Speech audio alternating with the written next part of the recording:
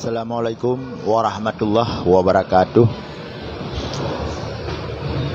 Puja ke Allah, salawat ke Nabi, salim takzim guru-guru Bandung, uku rakan-rakan yang na Bansigom Aceh dan khusus ji rakan-rakan lun, saudara lun yang na di wilayah Pedia. Jadi menyangkut dengan video yang beredar tentang tutu lun, narik lun yang hana cocok, yang hana layak untuk konsumsi publik, yang dikoh oleh akun Salahuddin dan akun TikTok Rakan Aceh. Dikoh, di-share, disebarkan. Jadi nyo terjadi kan Bak Rum lun dua rakan-rakan. Nyo terjadi Bak Rum urang lain. Pakan di sinan lebih awal lung na dalam rumnya diundang untuk pegah-pegah haba menyangkut dengan perkara si Syeki. Jadi tiba-tiba ditemanglah sabuh akun yang nan waris mengaku urung berunun Pedia.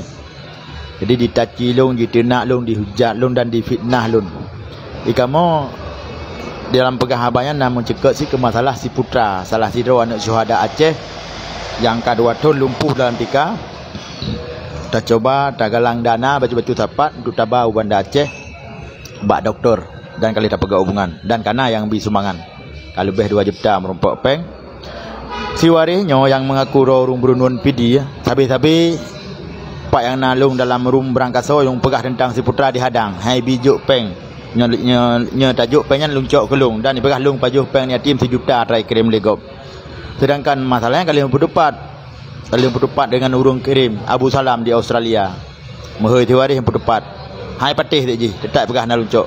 Mu pe an yatim yang sakit yang lumpuhnya si putra je na akun si putra.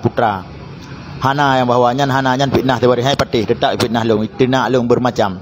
Jadi rakan-rakan oleh sebabnya lung lost control karena kabur kali-kali tina lung dihujat lung difitnah lung emosi ke siwari.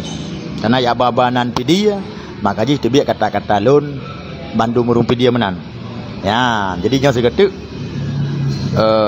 kesilapan lun dan kelojok pukun kalipah narit. Jadi lula kemah bak urun ron Bandung yang tersinggung dengan kata-kata lunya. Lula kemah bak Bandung urung Pedia Bansigom dunya, Bansigom Aceh. Pat mentang urun ron pukul di luk semuanya pukul di Pedia.